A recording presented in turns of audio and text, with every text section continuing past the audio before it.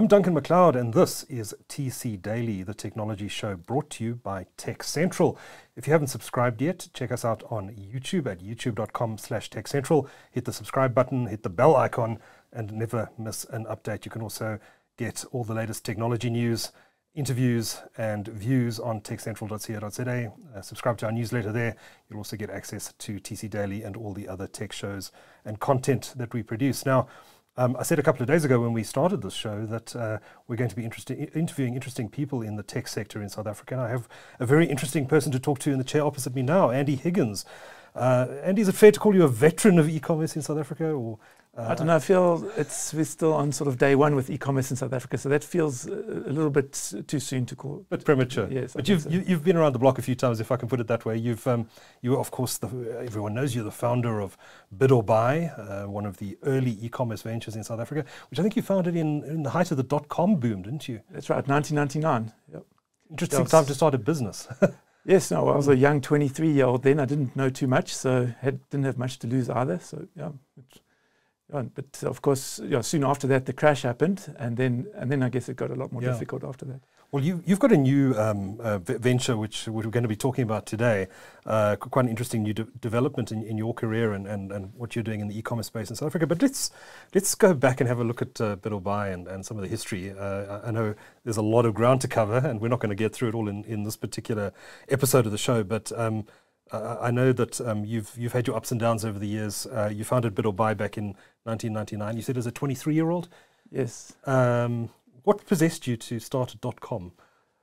Well, it was I was actually in the UK at the time, and well, actually prior to that, I'd been in the US. I was working on super yachts in the US, and I tried to get a job in the US, and I didn't have the right work permit. So I was able to work in the UK. So I found myself there, and I worked for an early stage startup company there in 1998 called QXL, which eventually went on to list on the London Stock Exchange and be valued at in the billions of dollars. As everything did back then, yeah. Yes, of course, crashed soon after that.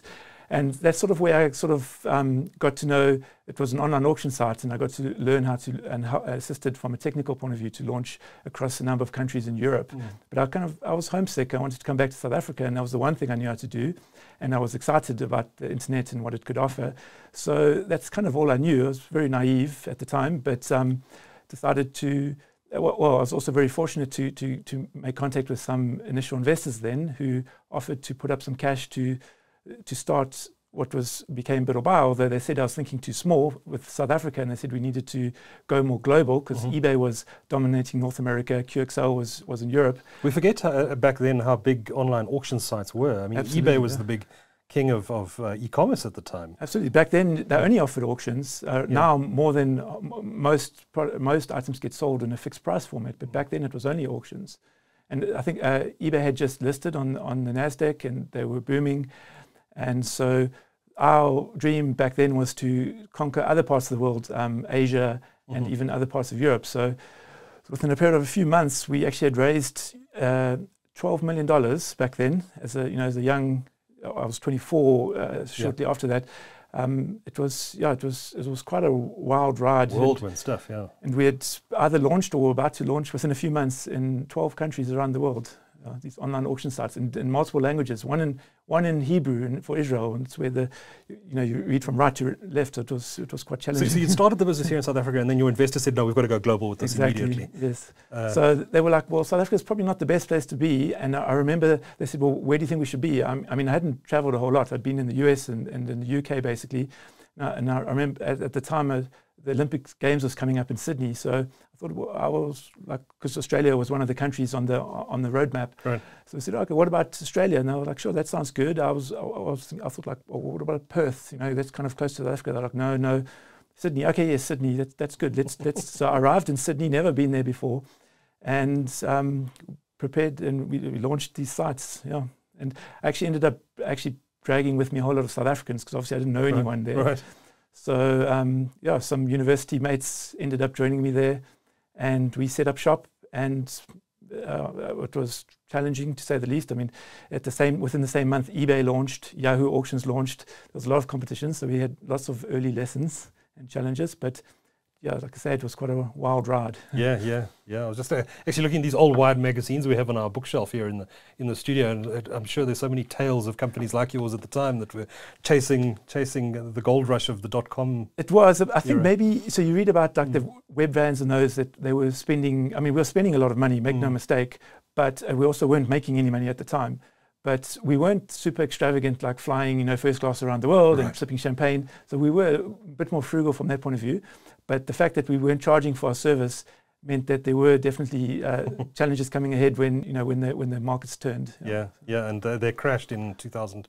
Well, when did the peak was March 2000, I think. 2000. Yes, that's correct. And then it March fell 2000. for about 18 months. Yes. Down and down and down and down. It's interesting to look at it after the fact when you look at the graphs, because at the you think of it as this big crash, but it wasn't something that just like happened all at once. It was actually quite gradual, as I remember. Yes, sure, it was dropping, but at the time you don't know what's coming. So it's only when you look at it, you don't realize you were actually looking over the edge of a cliff at the time. Exactly. Yeah. Fascinating stuff. So you'd taken this business global, but then capital was drying up around the world. What happened then? Yeah, so we were about to raise $50 million capital, and then we were unable to do so. So what happened was one of our competitors in India, which was actually the second market we went into, they had managed to raise capital just before the crash happened. And so, and we had basically, the short of it is we had good tech at the time. We had built our own tech, and their tech was falling over as it was trying to scale. So what we ended up doing, well, we say we merged with them. I think they would say they acquired us, which is probably more accurate. Okay. And so we became, in India, we became a company called Bazi.com, which actually in 2004 got bought by eBay, and it became eBay India. We ended up essentially closing down all of our sites, other sites around the world that didn't have traction, with the exception of South Africa. So I lived in Sydney for 2 years, and then ended up coming back to South Africa. We employed hundreds of people around the world in the company, and we had to do all the retrenchments, and it was quite a difficult time. At our lowest point, so I came back to South Africa. We went down to myself and one other person. Sure. And that one other person actually happens to be still working with us, which is amazing. Who is that? It's Samantha Naidu. She's started in customer service, and now she runs the category team at Biddelbuy. So that sort of 2002 to 2005, I actually call the dark ages of the internet in South Africa, because it was, people forget, like back then there was no ADSL even, it was dial-up. You had to pay per minute to be online. Isn't that crazy? If you think today, well, you want to pay per minute to be online? Like, what the heck? So it was a very dark time. And then I did what apparently a lot of people do. I went and studied. I went and did an MBA. I thought, okay, let's see how you're supposed to do this. So that was part-time. So that took me up to 2008, and I think that's when things started to changing a bit. From then on, where internet became a bit more mainstream, ADSL became had a lot more traction. Yeah. And I remember sitting in front of my computer one day, just looking at the log files, the web server log files, as geeks sometimes do. Sure. And I remember seeing these search terms coming from Google, where it would be, I just saw. In the log files, what people were searching for, and because there wasn't a whole lot of content out there, wasn't a lot of competition. We would rank high on Google. So now I have this sort of, I guess, love-hate relationship with Google, because back then we were getting all this free organic traffic from Google, and I think that's what actually turned things around and got us on a track where we actually became profitable, although on a small scale back then. And we ended up getting so the site started to get some traction. We got one of the big New York hedge funds, or they're still around, Tiger Global. Oh, yes. They showed some interest. I think we were the first African investment company that they invested in. They invested in Takealot at one point. They did too. Yes, I actually got the opportunity to co-invest into Takealot with them as well, because I was involved in the early stages of Takealot. I didn't know that. Yes. Okay. Then it was more later on that they disinvested from, I think, all the African investments, yes. And then I exited as well. I think it was around 2017, if I remember correctly now. Okay. Okay. So that evolved. I actually left. Well, I've been involved pretty much from the beginning, but I left the company in an operational role in 2010. I went traveling. So I met my wife. We went traveling. I got married, and I came back to South Africa. So who was running Biddelbuy through this period? While I was there, when Tiger Global invested, in fact, the only main requirement for them to make the investment was that we hire a CFO. Okay. Because for them it was very important that we have someone, watch the numbers. Exactly. So I hired, it was a gentleman by the name of Jaco Jonker. He was is a chartered accountant, and he came in and he added, I guess, made us grow up a bit, added lots of controls and that sort of thing. And that was 2008 when he joined in. So he actually took over running the business from 2010, I think, up until 2018, actually. Okay. Yeah. Okay. And so sort of in safe hands there. But of course, what happened during that time, Takealot obviously was starting to grow and become obviously the dominant marketplace in the country. And I think it's fair to say, I think my team don't really like me saying this, but obviously we dropped the ball at Bid'll and kind of really stagnated as a business. We had this early start and advantage, but we didn't keep up with the evolving e-commerce trends, and so it's kind of stagnated over the time. And I think that so it kind of takes us to today. To a large extent. But before you get to the announcement that you're making about the creation of this new business, there's another company that you've been involved with for some years called YouAfrica. Yes. What's the background to YouAfrica? So Bid'll actually invested in a company called Jump Shopping, which is a price comparison site similar to PriceCheck, if you may know. They were actually prior to PriceCheck as well.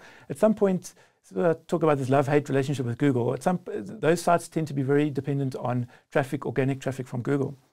And at some point, Google just decided to stop showing love and sending traffic after Bid'll had made an investment. But we still had a small but a very competent team there. So when I came back from my travels, I'm more of the startup type guy, like the challenges of early stage business generally. So I offered to buy this business, and basically what happened there is we wanted to actually build an e-commerce software as a platform for e-commerce stores. But as we learnt and sort of got more into it, we realized that a company called Shopify had actually built pretty much what we wanted. So we ended up partnering with them instead, and we essentially helped them launch Shopify into a number of African countries. And during that journey, we learned that the biggest challenge we found that merchants were facing was actually on the logistics of e-commerce. So I'd also obviously been involved in the marketplace, I'd been involved in Takealot. I was also involved with starting PayFast with Jonathan Smith. So I had a very good understanding of the online payment side as well. And realized that the missing piece was the logistics side. And that's actually, it's the least sexy part of this whole thing. But in my opinion now, knowing what I know now, it's the most important part to get right, actually, if you want to offer a good e-commerce offering. So YouAfrica, with the team we had there, evolved into providing e-commerce tools for online merchants. Predominantly, one where people call us an aggregator of logistics solutions. So we integrate with e-commerce platforms on the one hand and with courier companies on the other. So you can, if you go into the platform, it's kind of like a Hippo is for insurance. We are for courier companies, where you can go and get multiple quotes from multiple couriers on a per shipment basis. So per order that comes in, we fetch the quotes from multiple couriers, and you can choose which courier you want to ship with based on what you're shipping and where you're shipping to. And we manage the whole process on behalf of the sellers for the buyers, all the tracking, the submission of the shipping labels and the tracking and all of that, tracking updates. Okay. So that's YouAfrica. That was sort of my second after Bid'll. Right. Although I did remain as a non-exec director at Bid'll during this time as well. Okay, so you've been on the Bid'll board right through. Yes. Okay. Now you're merging these two businesses. You're creating a new company called Bob Group. Bob Group. Interesting name. Why Bob Group? It actually comes from the short of Bid'll. So often people refer to us as Bid or Buy. And we also introduced at Bid'll a payment method which we called Bob Pay, which was the way you could pay on the marketplace itself. And that kind of stuck, and we liked that. Except now we're going to expand on that and offer it outside of the marketplace as well. So we call it Bob Pay version 2. And we have some other ideas around using the Bob as to prefix the services that we want to offer. Okay. So you're merging Bid'll and YouAfrica into a new business that's going to offer what are you going to offer to the market? So we're going to offer predominantly an online marketplace, as we have in the past, with some differences to our competitors, which I can expand on if you'd like. Secondly, we're going to offer online payments. So we're going to make it easy for our merchants to accept payments through the marketplace and on their own websites. And thirdly, we're going to offer logistics solutions, again, on the marketplace, as well as for merchants on their own website. So that's one of the biggest points of differentiation, is that we see our customer predominantly as the seller or the merchant, and we are our mission is to empower them to provide excellent service to their customers. And to some extent, we don't particularly mind whether transactions take place on the marketplace or on their own websites or other channels for that matter, because we want to provide them with all those tools that they need wherever that transaction takes place. Okay. So what's the target market here specifically? So I'd say predominantly our target market would be SMEs in South Africa. I mean, obviously we welcome all larger companies as well, but we want to really empower the SMEs to be able to sell online through whichever channel they choose to, or whichever channel their buyers choose to purchase from them. Okay. I suppose it's quite difficult for SMEs. I mean, you've got a situation in South Africa now where you're getting some multiple very large marketplaces, and I want to talk to you a bit about how the e-commerce space is developing in South Africa and is going to develop over the next couple of years. But I suppose it's quite difficult for an SME that doesn't have a logistics fulfillment arm to do all these things. So you can just plug all this together and hopefully offer them a solution that allows an SME to compete with a big corporate take-a-lot type. That's exactly it. And I mean, most of these small companies, they don't have the technical ability. And first and foremost, we actually see ourselves as a tech company. So I guess it's partly my roots coming from my engineering background, but we love the tech. Is to use tech to make things more efficient and to empower people to be able to using technology. Yeah. So a lot of them don't have those capabilities, and so we intend to provide them with those capabilities. Okay. And Bid or Buy, the marketplace, does it stay or? So it will stay. Yeah. We intend to rebrand it early next year, is our intention. One of our other points of differentiation, of course, is that we do offer the auctions, although that we do think that will become less prevalent as we move forward. But still very important for things like collectibles and coins, notes, stamps, antiques, that sort of thing, where the variable pricing model is a good mechanism. So it will stay, but probably not exactly in its current form and not as prominently as it is currently. What sort of percentage of Bid or Buy sales are through auctions? So now that's a good question. I should know the exact percentage. It's less than half, just under half. Okay, it's still quite significant. Yes. I had an idea it was less than that. Yes. Because I know eBay pivoted very much to direct selling. Exactly, yes. And I'd be surprised if it's half of their business now. No, it's definitely less than half, yeah. For eBay, for sure. Yeah. Interesting. eBay never officially launched in this country, did it? No, they bought Gumtree, but they've since sold it again. So they don't seem to be that interested. But of course, some other big £600 gorillas are interested, it seems. Yes, indeed. We'll talk about them just now.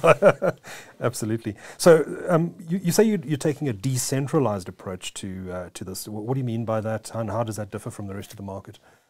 Yes, so that is another important point of differentiation for us.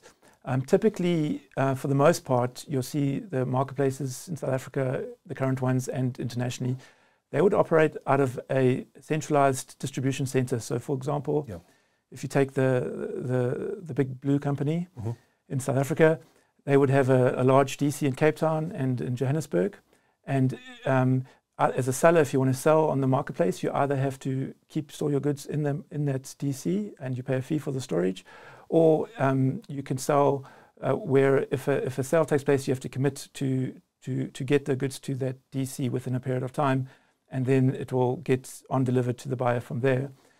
That is what I would consider more a centralized model. So we intend to champion, and this is where our strength from Africa comes from to be able to do this, the more decentralized model where it will go directly from the seller to the buyer without having to do the two hops. It just does the one hop. We believe we can make that more efficient from a speed and a cost point of view for the sellers. Now, if I'm a merchant selling widgets and I want to sign up for this process, what's actually for this platform, Bob Group? What's involved? What do I need to? So the easiest way to sign up would be as if you have an existing store already. Because what we do is we have tools that allow you to synchronize. It's actually called Bob Sync. It's a new product that we've launched that allows you to automatically sync your products from your store directly onto the marketplace. Because one of the challenges you have when you're selling across multiple platforms is to keep your inventory up to date. So you could have one left in stock, and then you could sell it on one platform, and then someone buys it on another, and then you're left without being able to fulfill it. So this Bob Sync platform, what it does is it keeps your inventory automatically up to date. So if you get a sale on one of your channels, it automatically updates it on the other. And that's kind of like set and forget. So once you set that up, we have these tools. You just have to activate it, and then it automatically keeps your sales channels in sync. And so that's the easiest way. But of course, you can do it as a spreadsheet. You can, if you put it in the right format, you can bulk upload, or you can just use a web interface to upload products. A lot of these marketplaces have more of a cataloging based system, whereas ours is a little bit more open from that perspective. So you don't actually have to link it to an existing SKU. You can just load it up. The friction to get going is lower, we think. I remember 15 or 20 years ago when e-commerce was starting to take off, particularly B2B e-commerce, everyone was talking about XML as being the solution to everything in e-commerce, and do a lot of what you've been talking about now. Is XML still a thing, or the concept is still the same, so it's now would be JSON. So JSON's JSON. So it's a more robust format for exchange of data between two different computers. And so the concept is the same, but it's moved on from XML to JSON. I don't know where I dragged that up from. Just remembered it now, writing all about extensible markup language back in the early 2000s. Okay, great. And this platform, I believe, is built all on top of AWS, right? Yes, so all of our infrastructure is hosted on AWS. We believe it's the best tool for the job for what we're doing. It gives us great, scalability, and it's come a long way from the early days when we used to spend a lot of time in the data center ourselves trying to replace, damaged hard drives or whatever the case. Now we just can set up a computer and click a few buttons, and even if come Black Friday, we can set auto scaling rules, and that part of the business has changed so much in the last 2 decades from what we used to experience before. Yeah, it wasn't that long ago when I remember Black Friday deals with crashing websites, but it doesn't seem to happen anymore. Yeah, so you could also throw a lot of money and hardware at it, and it could still crash. So you need both that and a good development team that makes sure that it doesn't do things it's not supposed to. Yeah. What are you expecting from Black Friday this year?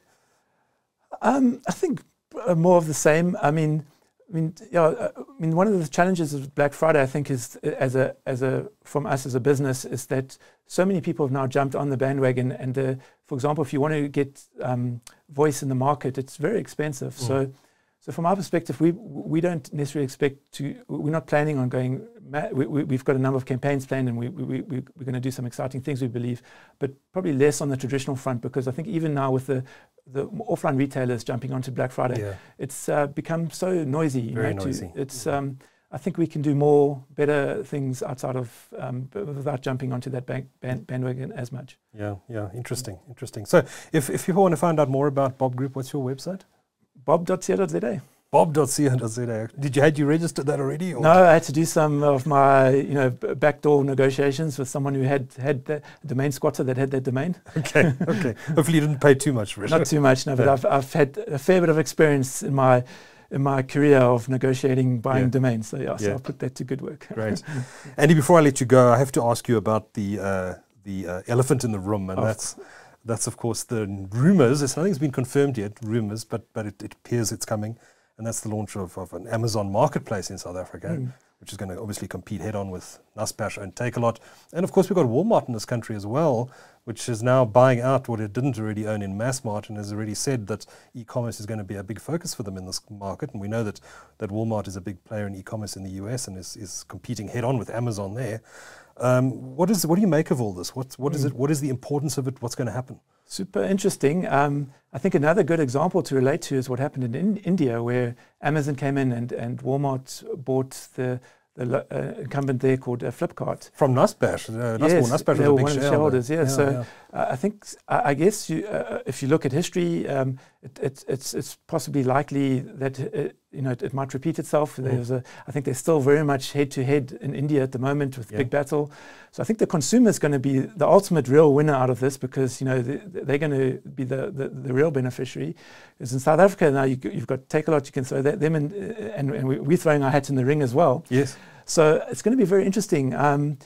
I think there will probably be some consolidation at some point as well. I think that what's happened in other markets. But if you look, so my personal view, just my opinion, if I've tried to look, we at least have the benefit of seeing what's happened in other markets, because Amazon have come in a number of markets already and launched the marketplace. So I would imagine you could learn the way they've approached entering those markets is likely to be similar to how they're going to launch here. And from what I can tell, it's not this big bang approach. It's very slow. I mean, so they're very obviously not to be underestimated by any means. Sure. But I think it's going to take quite a while to ramp up. So it's almost like this slow but moving machine. But once they get momentum, I think it will take time, but they will definitely become a major force to be reckoned with. Likewise for Walmart as well, I think. So it's going to be interesting. I think for us, we're going to try and differentiate ourselves as the smaller player. I think, and we believe we can be more agile and more adaptable. And we're going to take a bit of a different approach. So I think I mentioned the decentralized versus centralized approach on the logistics. Yep. Obviously, we have the auctions as well. We're going to focus more like where Amazon you would have heard them talk about them aspiring to be the most customer-centric company in the world. We like that approach as well, and I think Takealot has also adopted that sort of philosophy. But we actually believe there's a bit of an imbalance in the market where the buyer is actually, it's too much towards the buyer, and we want to focus on making the seller, the merchant, our hero, and really empowering them to do well so that they can then provide this excellent service to their customers. And I don't know if you've seen, but there's Competition Commission have released an interim report on what they have suggested might be considered, abuse of dominant power in the market. No guesses who that was predominantly aimed at. And we think there is some truth in that, it needs to be a fairer playing field, and we think that sellers to some extent can be discriminated against, and we want to treat sellers better, basically. I don't know if you can see on the logo here, I didn't see this at first, but if you turn your head a bit to the right, you might see that it actually, hopefully you can see that it makes up a hand. Yes, that's what I saw. Yeah. And that's very intentional from our side. So we want to be that helping hand to the sellers and to the merchants. And so we have a number of ways where we believe we can actually approach this e-commerce challenge in South Africa differently. And so you won't necessarily see us going head to head directly with those the big guys. Yeah. It's interesting though what you say about sort of a slowly approach, and certainly Walmart's been in the market for some time. I think they bought Massmart about 10 or 12 years ago now, and they've been slowly building up, and they've actually been accelerating their e-commerce investments in the last few years. It looks like Amazon is taking an organic approach, investing in warehouse capacity, coming in, starting to build it themselves. I suppose they know all the logistics game backwards. But it was a little surprising to me. Was it surprising to you that they didn't come in and buy Takealot or one of the other players in the market? I personally was not that surprised. I understand why many people would be. I think maybe, Naspers, I'm sure, has high expectations on this asset that they've created, which they've done a great job, right? So I imagine if they had to do the analysis of the buy versus build from a pure financial point of view, it's probably not going to, the accountants are probably not going to look too favorably on that, would be my guess. Not that I really know, though. Yeah. Well, it's going to be fascinating to see what happens and whether one of these big global giants decides at some point that they need to buy to gain scale, which is what we saw in India. Yes. Could the same thing happen here at some point, do you think? I think it's very possible, for sure. I somehow have my gut feeling tells me that we're not going to necessarily play out that way, though, in South Africa. I'm not sure exactly why, but that's just a feeling I have. I think they're going to come in and invest and grow organically, is my gut feeling. Yeah. Interesting. It's going to certainly be a fascinating time for e-commerce in the next few years ahead, and I think we must get you back in the studio at some point, Andy, to look at how things are unfolding and find out how Bob Group is doing. But I thank you for joining us here today, and all the best with your new venture. Thank you very much, Duncan. I appreciate it.